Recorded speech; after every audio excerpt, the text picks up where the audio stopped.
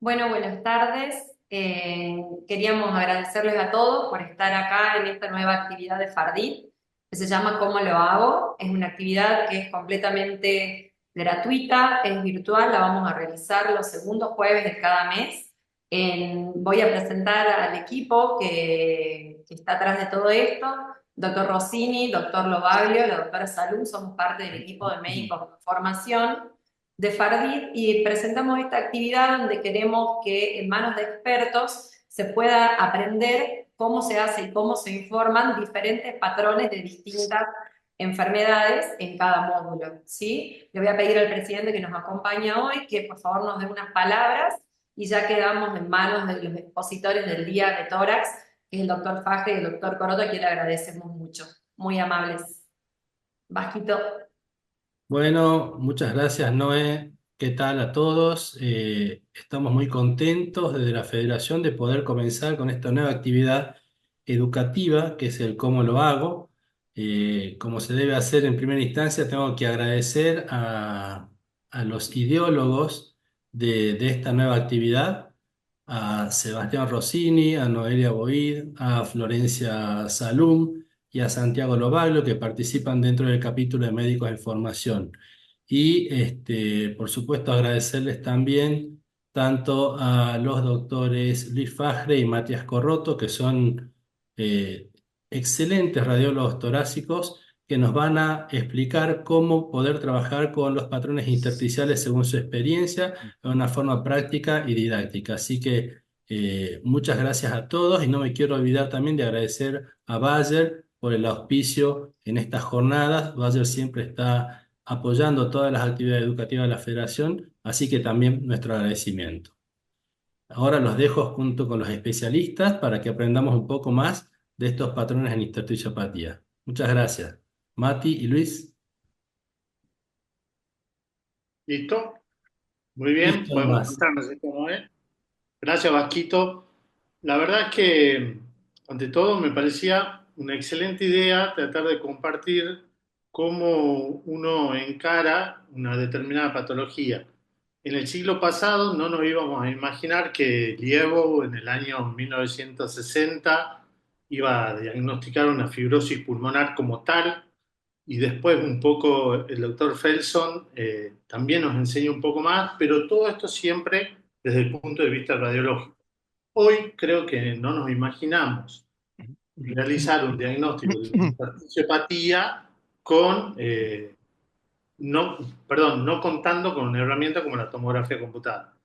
Entonces, cuando me plantearon esto, dije, quizá uno de los temas más engorrosos para el diario que hacer, es decir, cómo valorar una tomografía con intersticiopatía. Por eso pensé en Matías Corroto, que es un radiólogo excelente, que está muy, pero muy formado en radiología torácica, que es coordinador del capítulo de diagnóstico por imagen de la MR, aparte de su participación en FARDIT. Y dije, esta es una linda oportunidad como para aprender de cómo encarar esta patología desde el punto de vista práctico y ver hasta dónde podemos llegar con nuestras herramientas. Así que adelante, Matías, comencemos con tus casos y los que quieren ir preguntando, por favor, hacen las preguntas en el chat y las vamos tratando de ir contestando a lo largo de esta charla. De por sí es un encuentro descontracturado, es decir, la idea es que participen los que tengan ganas de participar y cuanto más lo hagan, mucho mejor porque va a ser más enriquecedor.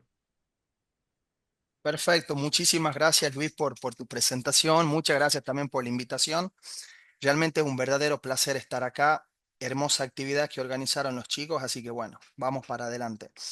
Como decía Luis, tratemos que esta sea una actividad descontracturada, por lo que yo voy a ir mostrando las imágenes puntualmente como yo normalmente las veo y normalmente las informo. Entonces, todo aporte que vaya surgiendo del lado de ustedes, está bueno que pregunten, entonces ahí probablemente Luisito corta y podemos hacer interactuar de una manera participativa y creo que de esa manera se torna todo mucho más ameno, de la misma manera que probablemente de esa manera lo podamos entender un poquito mejor a todo. Voy a presentar 4, 5, 6 casitos lo que lleguemos en base al tiempo y también en base a la participación de ustedes. Si participan mucho, que sería muy bueno, probablemente sean un poquito menos, porque bueno, evidentemente se va a hacer un poco más largo y realmente es lo que me gustaría. Eh, Vamos a partir de la imagen, sin ningún antecedente, para que realmente seamos desde el punto de vista imagenológico pragmáticos y podamos de alguna manera utilizar la guía de FPI en si estamos en un diagnóstico de UIP definido o en un diagnóstico alternativo o en los matices del medio, evidentemente. Como pista para los médicos residentes, vamos a manejarnos acá puntualmente con los diagnósticos alternativos. Y puntualmente nosotros cuando hablamos de enfermedades pulmonares intersticiales, fibrosantes, acá les doy otra pista, vamos a hablar de patrones fibrosantes, recordamos 3 patrones fundamentalmente: el patrón de neumonía intersticial usual, el patrón de neumonía intersticial no específica y el patrón de neumonitis por hipersensibilidad, en este caso fibrosante. Entonces ya queda bastante fácil porque sabemos que vamos a hablar de los diagnósticos alternativos por lo que no puede ser una neumonía intersticial usual. Entonces nos queda fundamentalmente 2 patrones que son los que me gustaría que en esta oportunidad queden bien grabadas las posibilidades y dentro de estos patrones las alternativas, para que cuando veamos uno de estos patrones no tengamos duda o al menos tengamos menos dudas a la hora de poner el sello de que es un diagnóstico alternativo y de que corresponde o a una neumonitis por hipersensibilidad fibrosante o a una neumonía intersticial no específica fibrosante. Vamos con el primer caso. Lo voy bajando despacio, como hago yo normalmente cuando estoy informando, y ya comenzamos a ver en esta paciente femenino de 39 años una alteración intersticial que comienza en el segmento anterior del lóbulo superior del pulmón derecho. También tenemos algo ya, como podemos ver, de alteración intersticial de tipo fibrosante en el lóbulo homónimo contralateral. Fíjense, ¿qué signos fibróticos ya tenemos? Tenemos dilataciones bronquiolectásicas. Fíjense qué bien que se ve esta dilatación bronquiolectásica que tenemos acá. También tenemos alguna dilatación bronquial, como vemos acá, fíjense el anillo del sello. Seguimos bajando, más dilataciones bronquiectásicas. Fíjense esas dilataciones bronquiales de aspecto serpinginoso. Continuamos bajando, seguimos teniendo signos similares y de alguna manera esos signos comienzan a desaparecer. Quedan los pulmones bastante limpios. Seguimos bajando, seguimos bajando. Ya sabemos que algo está pasando, que tenemos a priori un patrón de aspecto fibrosante, pero hasta el momento tenemos poca información. Fíjense ya, en topografía de los segmentos apicales de los lóbulos pulmonares inferiores comienza a aparecer opacidades en vidrio esmerilado. Tenemos un dato muy importante: mujer, 39 años. Seguimos bajando. Los signos comienzan a exacerbarse. ¿Por qué? Porque ya tengo más vidrio esmerilado. Tenemos más vidrio esmerilado. Seguimos bajando, seguimos bajando, seguimos bajando. Y acá, antes de seguir bajando, yo quiero que ya recordemos algo. Fíjense, acá vamos a tener un signo que ya le vamos a decir más adelante cómo se llama, y acá también vamos a tener otro, ¿no? Bueno, eso para que quede en punto suspensivo. Vamos bajando, seguimos, y comenzamos también a tener en topografía del segmento lingular opacidad en vidrio esmerilado con bronquiectasias por tracción. De la misma manera que en regiones inferiores, en topografía del segmento medial del lóbulo medio, opacidad en vidrio esmerilado con dilataciones bronquiectásicas por tracción. Pero Y acá tenemos que empezar a caracterizar también algo. Bueno, ya estamos viendo dilataciones bronquiectásicas bastante manifiestas. ¿Qué tenemos que hacer? Tratar de interpretar qué tipo de bronquiectasias son. ¿Son solamente periféricas? ¿Son solamente centrales? ¿O son centrales que se van hacia periférico? Fíjense, son bronquiectasias centrales que se van hacia periférico. De la misma manera que en los lóbulos pulmonares inferiores tenemos estas bronquiectasias centrales que se van hacia periférico en un contexto de predominio claro dentro de este contexto intersticial fibrosante por esas claras dilataciones bronquiectásicas por tracción que tenemos de opacidades en vidrio esmerilado. Bueno, entonces más o menos ya debemos ir sabiendo que tenemos un patrón alternativo al de neumonía intersticial usual. Y sin intenciones de entrar al patrón de neumonía intersticial usual, debemos recordar lo que tiene un gradiente ápico basal que se caracteriza fundamentalmente por tener paralización en los lóbulos pulmonares inferiores, con ese típico gradiente ápico basal y con una distribución periférica y subpleural que se asocia a heterogeneidad temporoespacial también. ¿Sí? Entonces, si nosotros vemos esta tomografía, no tiene nada de lo que hemos dicho, al contrario. Para empezar, no tiene panalización. Segundo, en vez de tener heterogeneidad temporoespacial, tiene homogeneidad temporoespacial, porque tengo el pulmón igualmente enfermo, si ustedes se fijan. Por ejemplo, tenemos este sector pulmonar y está el pulmón igualmente enfermo en todo este sector. No es que tengo zonas de pulmón enfermos con zonas de pulmón sano. De la misma manera que el pulmón enfermo está igualmente enfermo desde el punto de vista evolutivo también en todo este sector. Homogeneidad temporoespacial, a diferencia de la UIP, ¿sí? Bueno, entonces ya sabemos a priori por todo esto que estamos en presencia de un diagnóstico alternativo al de neumonía intersticial usual. Pero bueno, nosotros sabemos que la neumonía intersticial, en el contexto, perdón, de un diagnóstico alternativo al de neumonía intersticial usual, tenemos que pensar con este patrón muy característico que estamos en presencia de ¿qué? De un patrón de neumonía intersticial no específica. Y nosotros sabemos muy bien que el patrón de neumonía intersticial no específica realmente idiopático, si bien existe y está en las clasificaciones, es extremadamente raro, a tal punto que ya se está planteando la posibilidad de que no exista la neumonía intersticial no específica idiopática. Hay que buscarle causa siempre. ¿Será colágeno? ¿Será toxicidad por droga? ¿Será un patrón secundario, una neumonitis por hipersensibilidad? Porque si ustedes recuerdan, a su vez, la guía de neumonitis por hipersensibilidad de las 3 sociedades del 2020, cuando ponen un NH indeterminada, está la neumonía intersticial no específica. O sea, se puede presentar también de esa manera. Entonces, bueno, empecemos a buscar signos que a mí me hagan pensar si, además de saber ya que es un diagnóstico alternativo al de neumonía intersticial usual, que es un patrón de neumonía intersticial no específica, si logro saber desde el punto de vista imagenológico, logro ayudar un poco más al médico derivante, decir, che, esta es una neumonía intersticial no específica secundaria a esto, búscale esto porque creo que va por este lado. Y si volvemos al principio de la tomografía y recordamos que hablamos de un signo, y lo íbamos a plantear ahora con más detenimiento, tenemos acá un signo claro, acá también, que son el signo, que es el signo de los segmentos anteriores de los lóbulos superiores. Y que si lo asociamos además con esto que tenemos acá, segmentos apicales de los lóbulos inferiores también comprometidos, sabemos que se llama el signo de las 4 esquinas. Y si además de eso vamos a la reconstrucción coronal, porque ya empezamos a sospechar que estamos en presencia de un patrón secundario, ¿a qué cosa? Vemos esto que tenemos acá que se llama como el signo del borde recto. Fíjense, tenemos que se lo busca fundamentalmente en el coronal, por razones obvias. Fíjense qué bien que se lo ve. Tenemos enfermedad intersticial clara, con todos los signos que ya hablamos, con una clara delimitación con una clara delimitación de lo enfermo, de lo sano, de lo relativamente sano. Tanto el signo de los segmentos anteriores o el signo de las 4 esquinas como el signo del borde recto nos tienen que hacer sospechar, ojo, si bien no específico, pero nos tiene que hacer sospechar, porque en la gran mayoría de los casos se da en entidades asociadas al colágeno.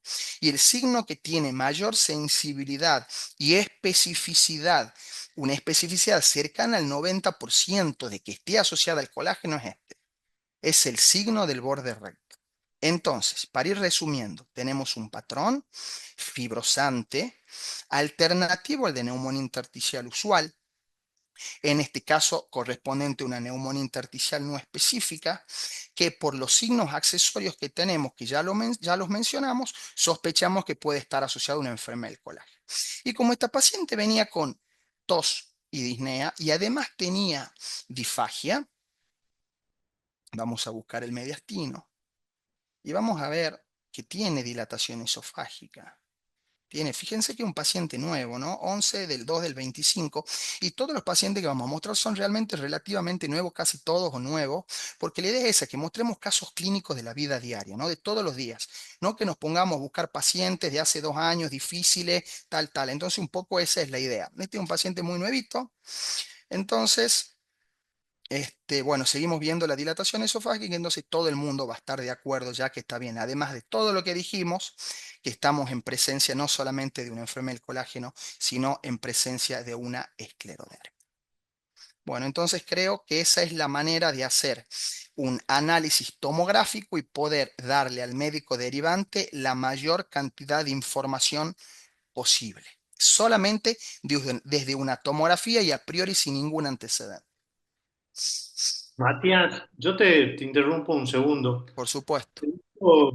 De la presentación de tu caso, que nunca tocaste la ventana con la que te entrega el equipo, es decir, una ventana que vos ya la tenés preformateada. Sí.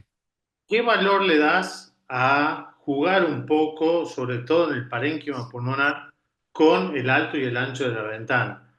Porque eso un poco te ayuda, creo yo, a demostrar mejor esas bronquiolectasias pequeñas que estaban en los lóbulos superiores y anteriores, o bien si vale la pena, te pregunto, realizar reconstrucciones en MIP o MINIP. Bien. Yo creo, Luisito, que eso tiene mucho que ver ya con un tema de gusto y personal. Yo la verdad que a las ventanas no las toco demasiado. De hecho, a mí el filtro que me llega es el filtro tal cual como sale del tomógrafo. Yo no pido que no me pasen por ningún filtro y demás. Sí utilizo las ventanas puntualmente en algunas oportunidades y tratando de no exagerarlo porque me puede empezar a dar falsos positivos cuando busco atrapamiento aéreo. Cuando busco atrapamiento aéreo sí me gusta hacerle un poco más estrecha la ventana en la INSPI o inclusive en la ESPI, como esta que tenemos acá, y tratar de buscar si tengo atrapamiento aéreo. Pero sin dudas, Luis, como vos decís, son herramientas tremendamente útiles para las personas que lo utilizan, porque sin dudas que te va a ayudar de alguna manera a tratar de visualizar lo que por ahí no lo tenés demasiado claro, sin generar demasiado movimiento de ventana, ¿no? Y aquí No sé me da si, el no pie sé como si vos para... estás de acuerdo con lo que yo estoy diciendo. Yo estoy de acuerdo. Yo algunas veces utilizo el MINIP para encontrar un poco más de zonas aéreas, Sí, pero estoy totalmente de acuerdo. Me da el pie como para preguntarte, ¿en qué caso hacemos expiración de estos pacientes? De estos pacientes. ok, ¿Ah? Que vienen ok. con quizá una sintomatología, como has dicho, disnea y tos, y por la edad, el sexo y todo, vos te estás inclinando hacia una colágeno ya de entrada, digamos. Entonces, ¿en qué momento haces expiración? ¿Vale la pena hacer expiración? Yo creo que la inspiración es de muchísima utilidad. De hecho, nosotros tenemos protocolizados cuando tenemos hallazgos de intersticio hacer expiración a todos los pacientes. Para eso, de alguna manera, tiene que haber un médico siempre en la sala o el técnico estar de alguna manera entrenado para poder determinar al menos estar en presencia de una enfermedad intersticial. Es muy importante, por ejemplo, porque sabemos que las enfermedades asociadas al colágeno, como un Sjögren, por ejemplo, se asocian a atrapamiento aéreo y nos pueden ayudar a determinar, pucha, es una asociación, es una alteración intersticial, tiene este patrón y encima atrapa aire, no ser un Sjögren. Las neumonitis por hipersensibilidad atrapan aire, como todos sabemos, y en ocasiones realmente es necesario para poder de alguna manera terminar de poner el sello. Sabemos muchas veces también, por ejemplo, las neumonitis por hipersensibilidad se pueden manifestar directamente con atrapamiento aéreo inicialmente. Entonces, creo que, insisto, que el atrapamiento aéreo en el contexto de enfermedad intersticial es tremendamente importante y necesario. Bien, y aparte te descarta entidades, digamos, entonces Correcto, podría ser no, diagnóstico diferencial.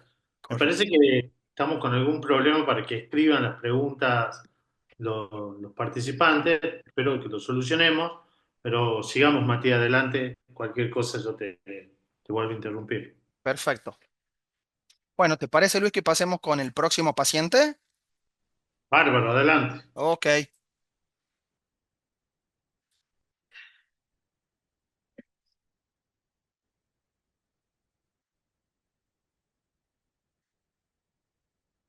Son todos pacientes que van directamente desde el PACS, así que bueno, Te estoy le estoy llamando aprovechando al segundo. Te estoy aprovechando y muchas veces los médicos derivantes, no los médicos imagenólogos, nos dicen, ¿por qué no hacemos contraste? Sí. No tiene ningún sentido hacer en estas entidades contraste. Perfecto, Luis. No, totalmente. El contraste endovenoso en un protocolo de enfermedad intersticial no es necesario. De hecho, puede ser contraproducente porque el contraste puede generar ciertos artefactos en las imágenes que, bueno, de alguna manera podrían dificultar la correcta visualización de una tomografía para el estudio de la enfermedad intersticial. Totalmente. Me pregunta si había, en esa tomografía puntual que vos mostraste de esta esclerodermia, si Sí. había algún respeto subpleural en el lóbulo inferior. Sí había, y vos sabés que cuando lo iba a mostrar, quedó para mostrarlo después dentro de los signos alternativos que estaba mostrando, no alternativos, de alguna manera signos que apoyan ciertos diagnósticos. Ese sparring subpleural que están mencionando es bastante útil para terminar de alguna manera de definir el NSIP, la NINE o la neumonía intersticial no específica. Si bien no es específico de la NINE, pero cuando tenemos todo el contexto de NINE más el sparring, todavía nos debe ayudar más a pensar en que estamos en presencia de ello. Asimismo, recordemos que las enfermedades pulmonares asociadas al tabaco, que tienen celularidad, pueden tener ese sparring. Otra de las utilidades que tienen ese respeto subpleural también, por ejemplo, estamos en presencia de una duda entre una neumonía intersticial no específica y una probable UIP que a veces nos puede pasar. Esa UIP probable, no la UIP probable, incipiente, subpleural, que tiene algo de vidrio esmerilado, una suave reticulación, estamos viendo alguna dilatación bronquiolectásica y decimos, pucha, es una NINE, es una UIP probable, bueno, ese sparring o ese respeto subpleural puede ayudarnos a definirnos evidentemente por un NSIP también. Así que como utilidad, como signo, si bien no es demasiado frecuente verlo, pero cuando lo vemos está muy bueno, claramente, porque ayuda muchísimo. Te molesto con la última, que es de Gastón Macat, que es de Puerto Madryn, así que saludos, Gastón. ¿Qué parámetros tomás vos en cuanto a la dilatación del esófago? Porque hay otras entidades que aparece dilatado con un nivel hidroaéreo sumado a la peristalsis que tiene de por sí mismo, digamos. Eso Sí, nos pregunta Gastón. bien. Bueno, la verdad que yo un parámetro así técnico que yo te pueda decir, no lo tengo, pero es cierto lo que estás diciendo. Hay veces que está esa pseudodilatación esofágica con algo de contenido líquido en su interior, que a veces puede ser hasta por reflujo gastroesofágico, ¿no? Eh, y creo que a veces en parámetros generales hay cierta, no facilidad, pero no se torna demasiado dificultoso entender si realmente es una dilatación esofágica. Creo que fundamentalmente lo que tenemos que tratar de ver como imagenólogo, más allá de los patrones o del punto de vista netamente imagenológico, es el contexto del paciente. Nosotros tenemos que tratar ya no de ser más médicos imagenólogos, sino empezar a ser más médicos clínicos imagenólogos. Entonces, de esa manera creo que va a ser bastante más sencillo en el contexto del paciente, con su historia clínica, con su imagen y demás, poder determinar eh, o poder ponerlo como un dato accesorio a esa dilatación o a esa probable dilatación esofágica, ¿no? No existe una medida para la Ujú. dilatación, ¿no es cierto? Yo por lo menos no conozco. Totalmente, yo tampoco. Bueno, gracias, Matías. Adelante. Gracias, Bolucito. Bueno, seguimos.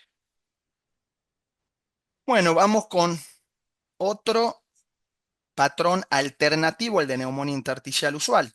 Y hemos mencionado al inicio de la clase que Cuando pensamos en una neumonía intersticial usual, es porque tenemos el gradiente, tal, pero tenemos heterogeneidad temporoespacial.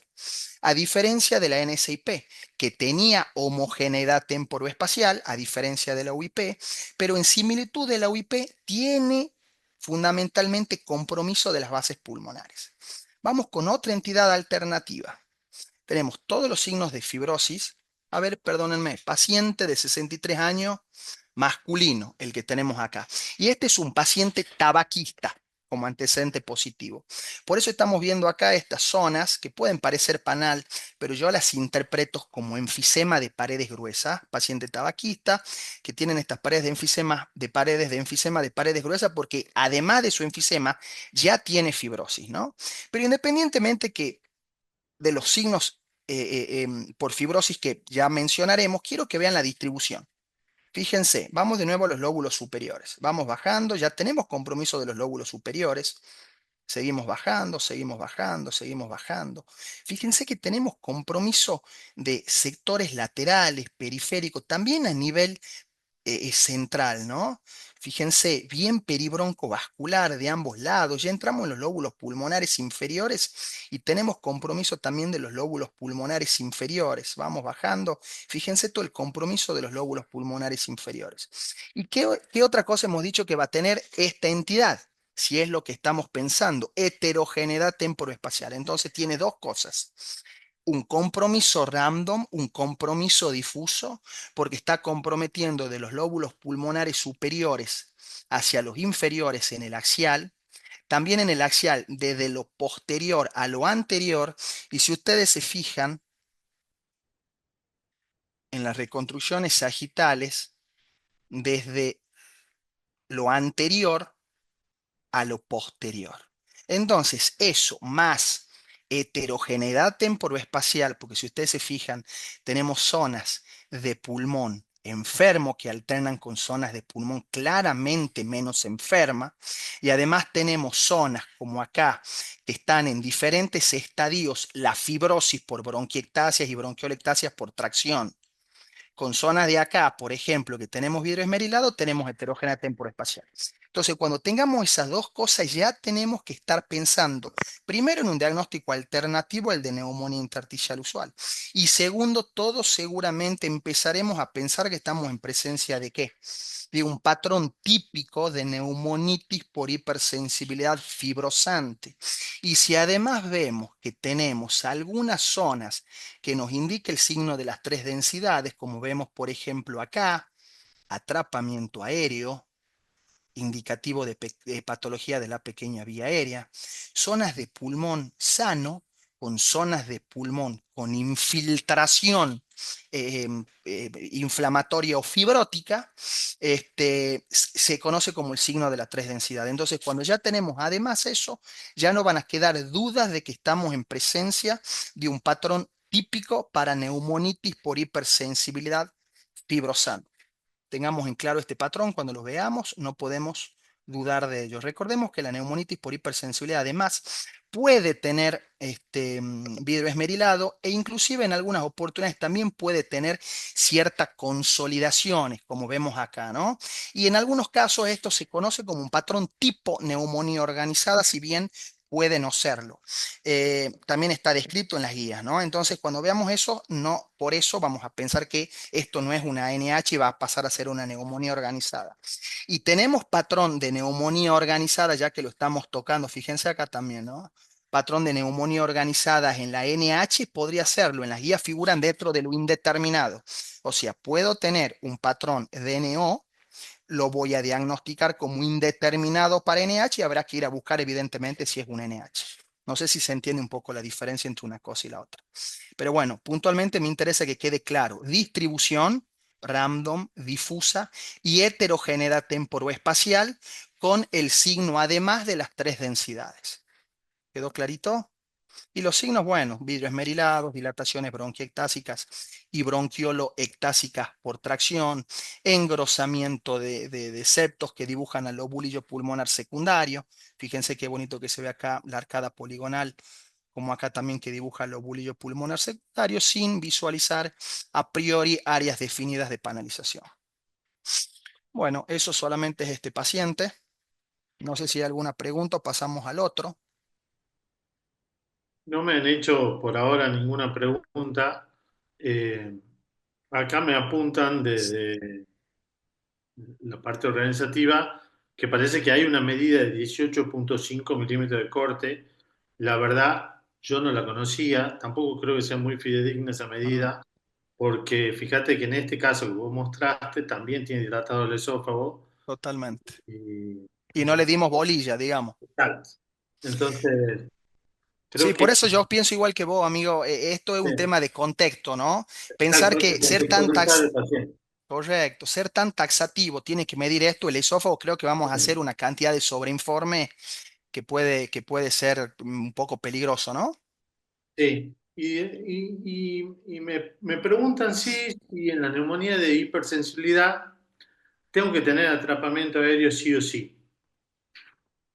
Para nosotros para recordemos hacer que un diagnóstico.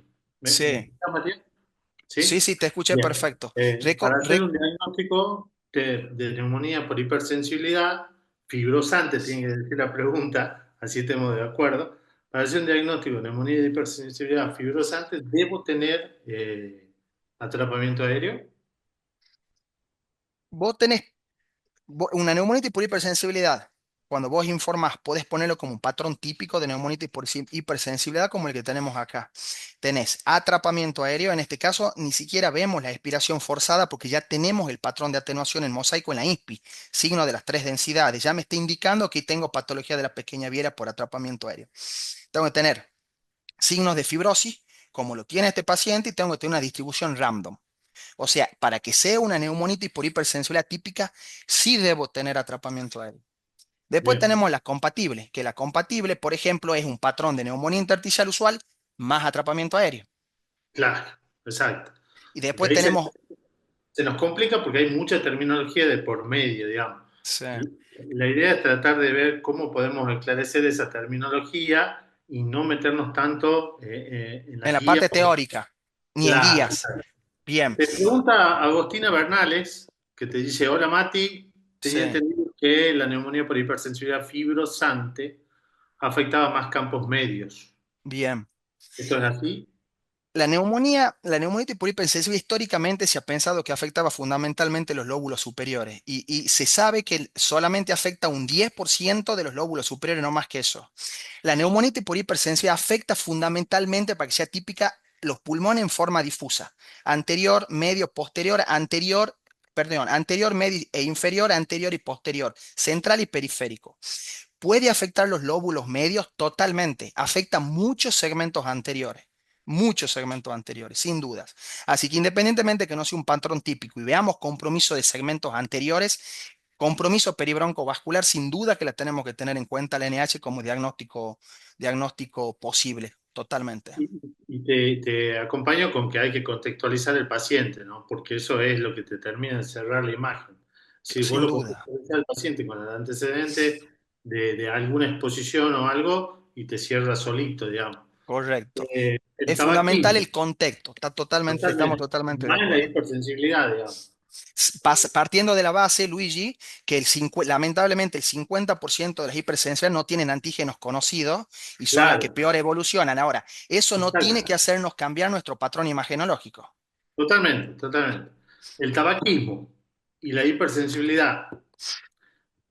Antes siempre hablábamos de que quizá el tabaquismo sea un factor protector a Sí. desarrollar el patrón puro de hipersensibilidad o nos ayuda a hacer un diagnóstico. Esa es la pregunta que me hace Gastón también. Bien, bueno, eso ya quedó un poco un concepto de alguna manera, como vos decís, Luis, que antes se pensaba tal cosa, hoy se sabe que las personas que fuman desarrollan neumonitis por hipersensibilidad, es más, tienen peor pronóstico que las que no fuman. Perfecto, listo. Por ahora Bien, estamos. No sé si vamos al tengo- otro entonces. ¿Te parece, Luisito, que vamos al otro caso clínico? Adelante. Bien,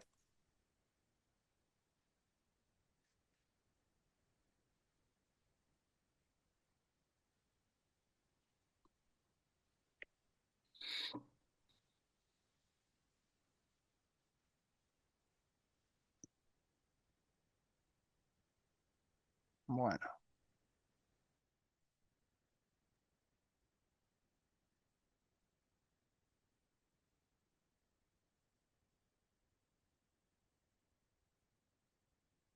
Vamos a ver qué les parece este caso. Casito nuevo también, fíjense, 23 del 4 del 25. La primera tomografía está hecha el 6 del 24. Vamos a ver la primera, que es cuando hacemos el diagnóstico, evidentemente, del patrón, ¿no? Ningún antecedente, como clínica solamente Disney tos. Eh, Tiene descartado todo tipo de enfermedades infecciosas. Bueno, ya comenzando desde los ápices, empezamos a ver opacidades de aspecto fibroretráctiles y periféricas. Fíjense, ¿y por qué pensamos en eso? Bueno, primero por el aspecto que tiene, ya desde el punto de vista visual. Segundo, si ustedes se fijan, tenemos una retracción ya arriba del hueco, evidentemente, supraesternal. O sea, algo está traccionando. Si seguimos bajando, tenemos todas estas opacidades periféricas pleuroparenquimatosas de aspecto fibroelásticas, ¿no? Si es por fibrosis pleural y compromiso fibroelástico subpleural y parenquimatoso. Fíjense cómo tenemos consolidaciones periféricas. Fíjense, este pulmón claramente está disminuido de tamaño comparativamente con el pulmón del lado derecho.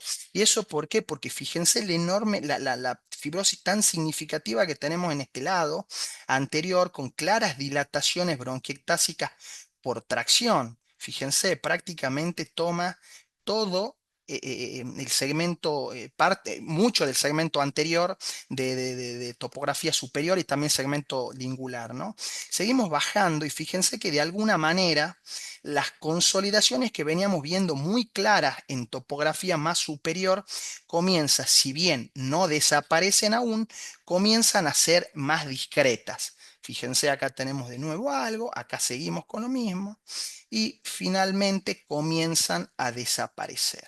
Entonces, este es un patrón que todos estaremos de acuerdo que corresponde a una fibroelastosis pleuroparenquimatosa. Fíjense qué interesante cómo genera una tracción de los cilios, ¿m? Cómo están los hilios tremendamente ascendidos, pero y también las cisuras, o sea, genera tracción de todas las estructuras anatómicas vecinas o locorregionales. Ahora, eso no es solo lo que tenemos acá. Si nosotros nos ponemos a pensar y decimos, bueno, estamos en presencia de una fibroelastosis pleuroparenquimatosa, una entidad que de alguna manera la estamos empezando cada vez más a encontrar, a ver y a informar. Nos empezamos a preguntar, bueno, pero puntualmente, ¿qué es la fibroelastosis pleuroparenquimatosa? ¿Es idiopática? ¿Es secundaria? Es ser idiopática, pero también es secundaria a otras cosas. Y a una de las cosas que es secundario se puede comportar como patrón D, lo tratemos de definir por lo que tenemos además en esta tomografía. ¿Qué tenemos además de todos esos cambios bien fibrosantes de tipo fibroelásticos que comprometen especialmente lóbulos superiores o segmentos más superiores? Fíjense la opacidad en vidrio esmerilado que tenemos de distribución difusa. Inclusive tenemos en algunos sectores cierta tendencia o que más o menos configuran o tienen una distribución de aspecto centrolobulillar. ¿Y qué entidad se puede comportar? También, venimos hablando ya de algunas en esta entidad que vamos a mencionar ahora, puede tener este patrón. Puede ser típica, puede ser compatible, puede ser indeterminado y también se puede comportar con este patrón de fibroelastosis pleuroparenquimatosa, la neumonitis por hipersensibilidad. Entonces, fíjense que tenemos un patrón de tipo fibroelastosis pleuroparenquimatosis, todas estas opacidades en vidrio esmerilado de distribución difusa y centrolobulillar que me está indicando además que tengo infiltración celular de la pequeña vía aérea. Entonces nosotros hicimos el informe que es difuso, ¿no? Pero predomina, fíjense, en los lóbulos superiores. Aquí en los lóbulos inferiores tenemos algo todavía de vidrio esmerilado, centrolobulillar, pero es un poco más sutil.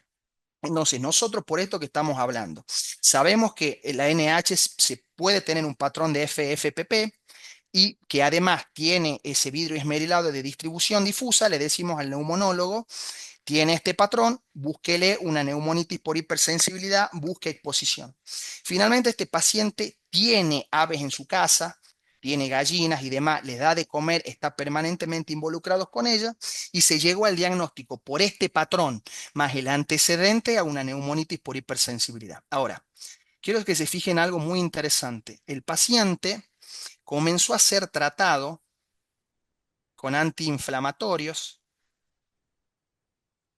Ponemos al último la primera tomografía del 6 del 6 del 24. Vamos a poner la de 5 del 12 del 24 en el medio. Y vamos a poner la más actual al principio. La verdad que quedan medio chicas las imágenes, pero creo que se va a notar igual.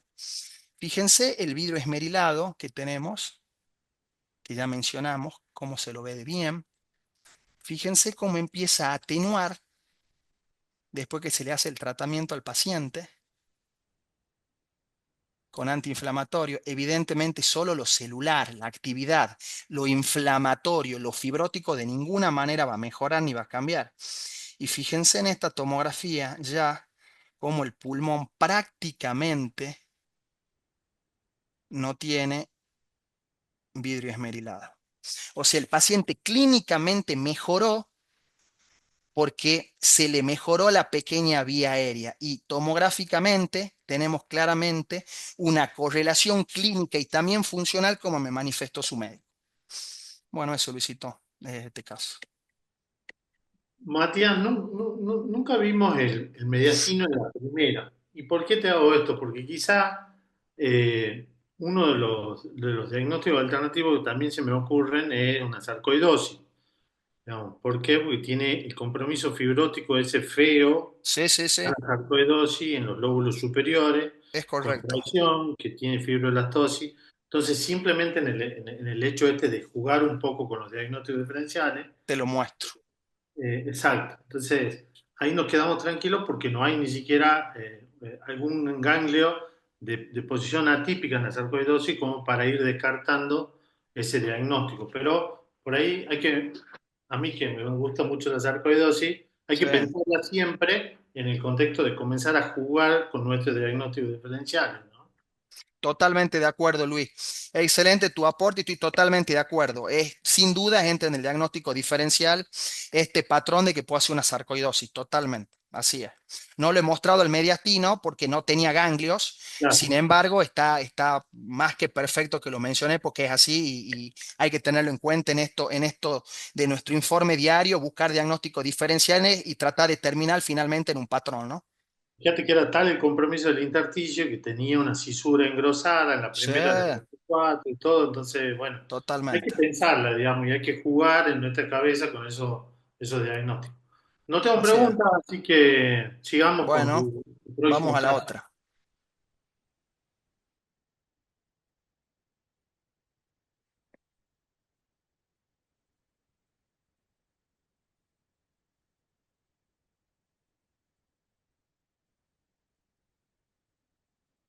Bueno, ya solo quedan dos. Este y uno más.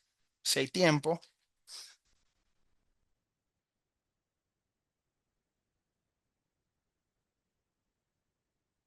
Bueno,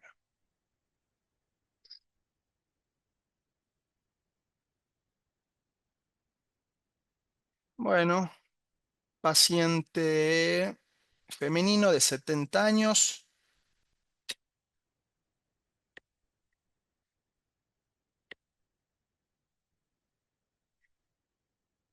tabaquista como antecedente. Comenzamos desde los lóbulos superiores hacia caudal. Tenemos algunas zonas muy sutiles y discretas de enfisema. Tenemos algunas zonas muy sutiles de opacidad en vidrio esmerilado, de distribución centro-lobulillar, muy sutiles, en relación a una bronquiolitis seguramente por tabaco. Seguimos bajando. Ya en los segmentos apicales de los lóbulos inferiores comienzan a aparecer algunas imagencitas medio raras, y ya veremos por qué raras. Algo de vidrio esmerilado de distribución periférico, posterior, otras imágenes quísticas. Y acá las imágenes quísticas subpleurales asociado a este vidrio esmerilado, asociado a engrosamiento septal. Fíjense qué bien que se vea el lobulillo pulmonar secundario engrosado con la arteriola central en relación a engrosamiento de los septos interlobulillares, algunas dilataciones bronquiales, y comienza a aparecer la lesión que puntualmente quiero que vean, tanto en el pulmón derecho como en el pulmón izquierdo. Entonces, acá viene la pregunta del millón. Yo quiero que me digan, ¿estamos en presencia de una panalización en el contexto de una neumonía intersticial usual? ¿Qué les parece? Mujer, tabaquista, 70 años. ¿Mm? ¿Qué les parece? ¿Estamos en presencia de una neumonía intersticial usual o estamos en presencia de otra entidad? ¿Alguien dice algo, Luisito, o no? Sí, sí, tengo un voluntario que me está preguntando si en realidad no se está animando, está preguntando que Ajá. es una F. Está muy bien. Esto es una F. Está perfecto. Y este, es una patente puntualmente de vía aérea agrandada, ¿no? Y ustedes me dirán, bueno, pero ¿qué es esa patente de vía aérea agrandada? Bueno, son espacios aéreos quísticos agrandados. Y bueno, qué es eso de espacios aéreos quísticos agrandados? Eh, Hace un tiempo, especialmente los anátomos patólogos japoneses han encontrado esta entidad que veían una asociación entre enfisema y alteración intersticial, un poco celular, inflamatorio, un poco fibrosante, que se parecía a un NSIP fibrosante que han llamado AF, mejor dicho, que han llamado SRIF, fibrosis intersticial asociada al tabaco, porque lo veían en pacientes tabáquicos. Ahora bien, es una entidad que sabemos que también se da en pacientes que no son tabaquistas, por ejemplo, que tienen alguna enfermedad del colágeno, así que lo tenemos que tener en cuenta. Por ahí usar AF para esos pacientes y ERIF para los pacientes tabaquistas. Ahora, iconográficamente o semiológicamente desde el punto de vista imagenológico, ¿por qué nos damos cuenta? Primero, porque fíjense que tienen paredes que son más gruesas que el enfisema, pero más finas que el panal. Segundo, fíjense que tiene cierta tendencia a la confluencia. Después, fíjense que son lobuladas, ¿sí? Son lobuladitas con tendencia, insisto, a la confluencia. Después, tienen cierto respeto subpleural. Fíjense acá. Otro ejemplo de sparring o de respeto subpleural. ¿Sí? Otra de las cosas que tenemos que saber que esto es una fibrosis hialina, no es una fibrosis por colágeno, no es una fibrosis por fibroblasto, entonces no genera tracción, distorsión y demás. Sí se puede asociar algo de vidrio esmerilado y algo de retículo, pero ya cuando tengamos el otro tipo de fibrosis, tenemos que sospechar que ya estamos en presencia de una concomitancia de patrones. ¿Sí? Entonces, muy bien, Te hago una esto es pregunta, finalmente un ESRIF, como dijo nuestro oyente en el auditorio. un espacio aéreo agrandado. Exactamente. Eh, Te hago una pregunta.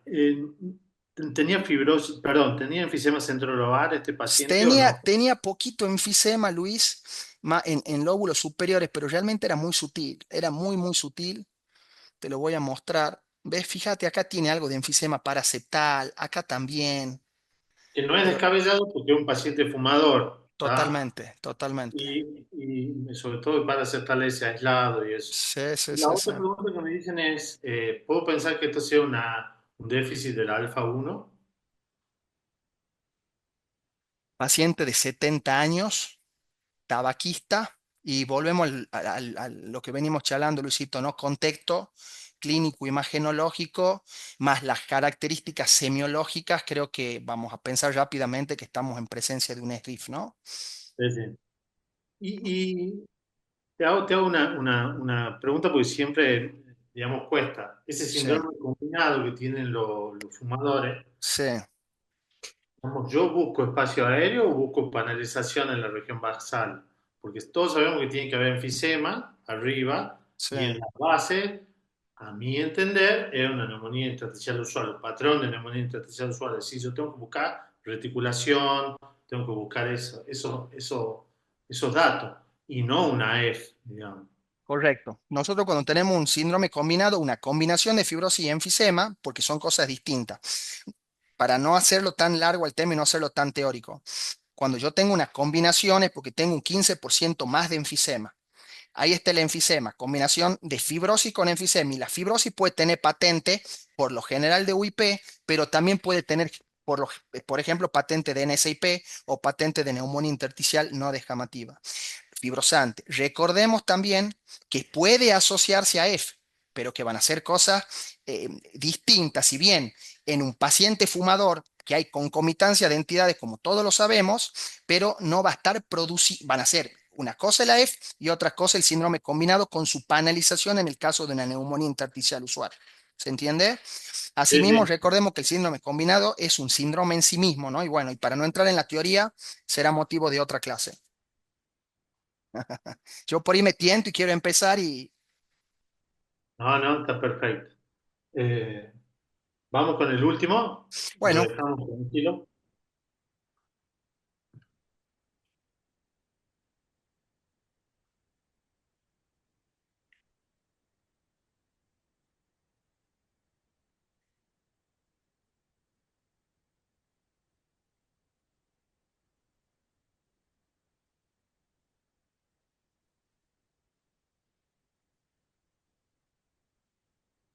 aquí está. Tiene 4 estudios. Vamos a poner el primero y el último simplemente, porque si no,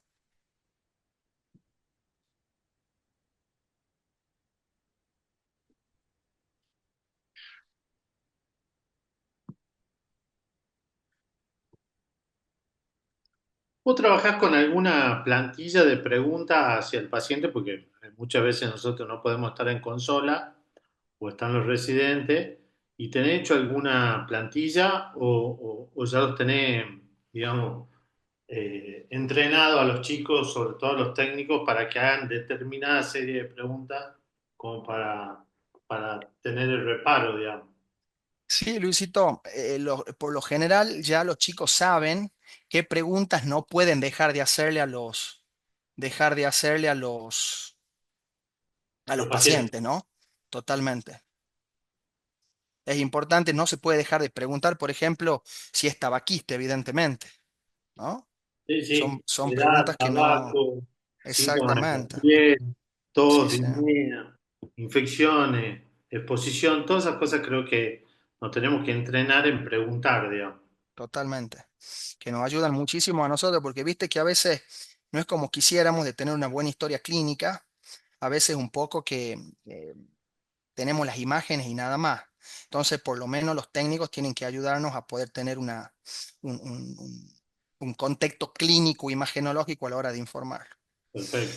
Bueno, vamos con este último paciente. Ya tiene que ser fácil para ustedes. Este simplemente le pongo para que recordemos lo que ya vimos y que no se les puede pasar.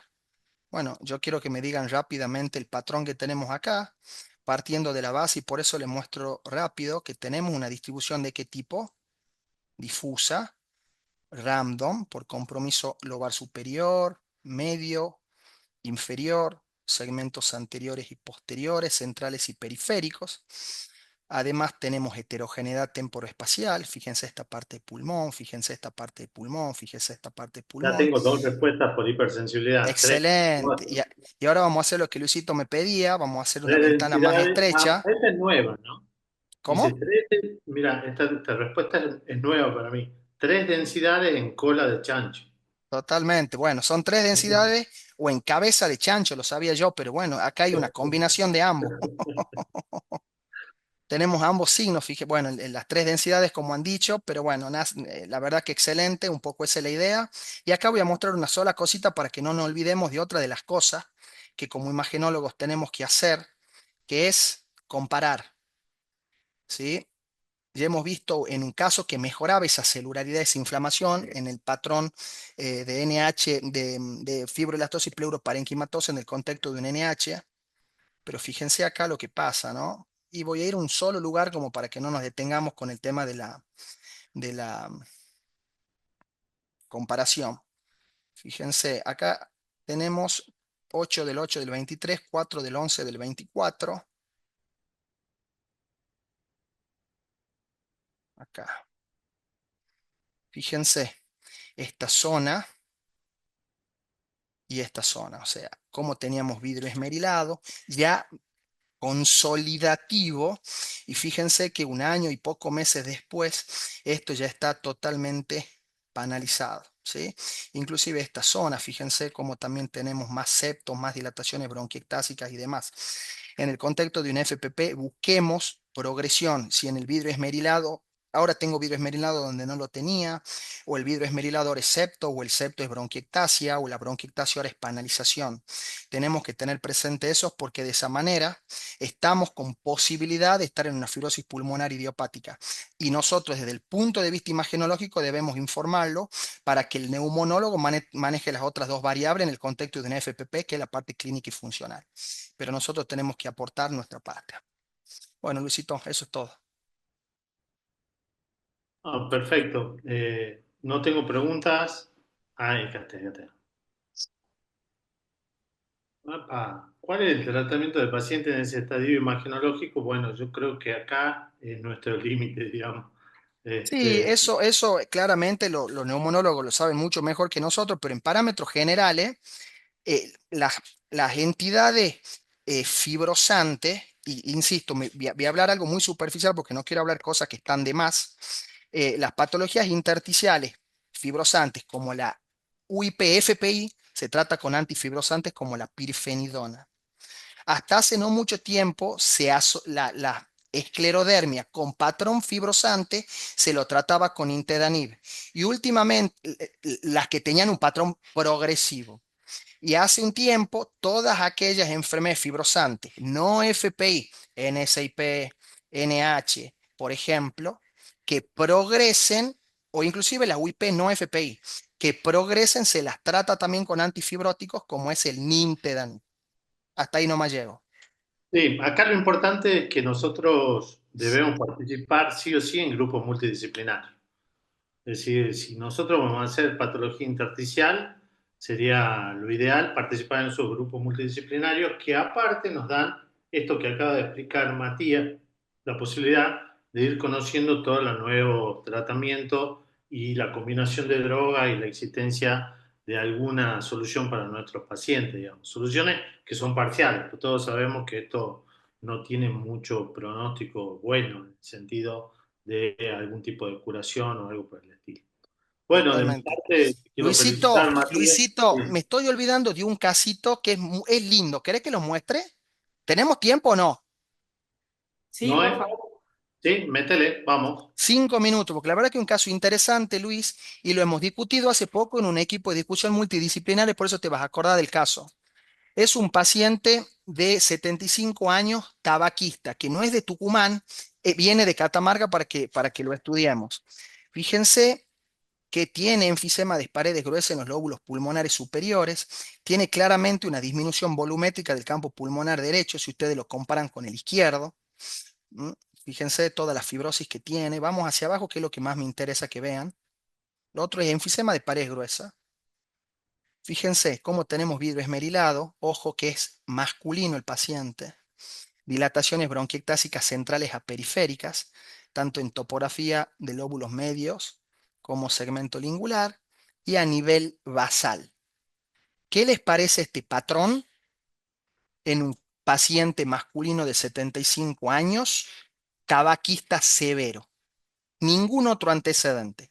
Además del enfisema que ya sabemos que tenemos, ¿qué les parece esto que tenemos acá? ¿Qué patrón les parece que tenemos? Ya creo que en algún momento, en uno de los casos, no creo, lo dijimos. ¿Tenemos votación, Luis, o no? No por ahora, no tengo votación, Bueno, creo pero que te escucho, discúlpame. no, tengo una pregunta muy buena para hacerte después al final que me están haciendo, así que, Ok. Bueno, pero no tengo votación de este patrón por ahora. bien. Todo probablemente tengamos cierta tendencia cuando vemos vidrio esmerilado con este tipo de UIP distribución. me dicen. ¿Cómo? UIP me dicen. Bueno, yo lo que creo acá que es un diagnóstico alternativo al de UIP, puntualmente, bueno, porque no tenemos panalización, Segundo, tenemos bastante vidrio esmerilado y dilataciones bronquiectásicas que van desde lo central a lo periférico, con bastante homogeneidad temporoespacial. Entonces, de alguna manera, es como que no Empieza a picar pensaría en punta, perdón, empieza a picar en punta el NINE por todos lados. Entran los to- chicos de estar todos. totalmente, totalmente. Ahora, fíjense que un paciente de 75 años que fuma, y uno tampoco puede no pensar en este caso en una neumonía intersticial descamativa fibrosante, porque si bien la neumonía intersticial descamativa no es lo más frecuente que fibrosen, pero claramente pueden fibrosar. Entonces acá es donde tenemos probablemente una dificultad desde el punto de vista de decir, ¿estamos en presencia de una neumonía intersticial descamativa? ¿Estamos en presencia de una neumonía intersticial no específica? ¿Estamos en presencia de las dos cosas? Y si tiene neumonía intersticial no específica un paciente masculino, ¿por qué será? Si no tiene ningún antecedente por el tabaco, que sabemos que podría ser. Entonces, este es un patrón que se lo informó tipo neumonía intersticial no específica, sin decir directamente que eso, sino que es similar a la neumonía intersticial no específica, que podría corresponder a una neumonía intersticial descamativa. Finalmente, como el paciente no tiene antecedentes de nada y si es una NSIP no se la puede descuidar porque puede seguir fibrosando, también una NID, si es una NSIP podría terminar en algún momento teniendo alguna enfermedad del colágeno que debuta con esto y como al paciente no se lo puede biopsiar, ¿cómo lo terminarían clasificando este patrón? ¿O qué le terminarían poniendo en un equipo de discusión multidisciplinaria? Diagnóstico definido, de alta confidencia, de baja confidencia o inclasificable. ¿Y por qué? ¿Tenemos respuesta, Luisito, o no? Me ponen NICP, mixto, asociado a tabaco, digamos todo, y no tengo Bueno, respuesta de eso. esto finalmente quedó como un inclasificable por todo lo que hemos hablado. No podemos saber si una NID, no podemos saber si es una NSIP, no podemos saber si va a seguir progresando, no podemos saber si después va a tener un colágeno y finalmente no podemos saber lo que tiene. No lo podemos biopsiar. Entonces, como tenemos una confiabilidad diagnóstica inferior al 50%, quedó como un inclasificable. Buenísimo. Una pregunta que surgió es, ¿en todos los informes tiene que figurar el porcentaje de afectación de los campos pulmonares de la intersticio? Yo no los pongo, Luis, no los pongo. Y en realidad creo que ninguno de los que informamos un intersticio a diario lo ponemos porque es algo muy subjetivo, no es tan Totalmente. objetivo, digamos. Ojímetro Entonces, puro, por ahora. exacto, ¿no? Quizá han salido unos nuevos software de clasificación de compromiso intersticial que seguramente la inteligencia artificial nos irá a ayudar en un futuro, no hoy, digamos, todavía. Totalmente, estoy de acuerdo, Luisito. Eh, bueno, creo que no tengo más.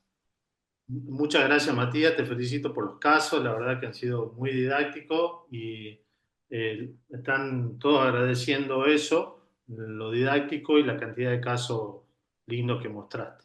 Para mí Bueno, ha sido un buenísimo. gusto compartir con todos, más con Matías. Muchas gracias, Noé y Fardit, por la invitación y nos veremos el año próximo, quizás. Aprovecho, disculpen el momento primero para felicitarlos, Luis, Matías, realmente un lujo tenerlos en esta actividad nueva, la primera vez que se realiza.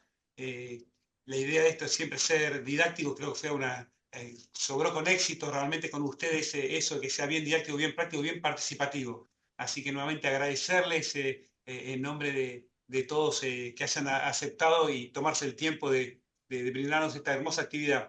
Y ya que está, pasamos siempre nuevamente a agradecer a Fardit, a Bayer y a todos los del equipo y avisar Dos que minutos. el jueves, la próxima actividad es el jueves 3, el área va a ser de junio, por excepción se va a hacer el primer jueves va a estar a cargo del doctor Agustín Fernández Viña y va a ser de músculo esquelético. Así que también invitarlos a todos y recordar que en poco tiempo todas estas actividades que se graban se van a subir para que verlas en forma diferidas en la página web de Fardit, que se cuentan con un montón de actividades para que accedan en forma gratuita. Nuevamente, muchas gracias. Muchísimas gracias a todos. Un placer.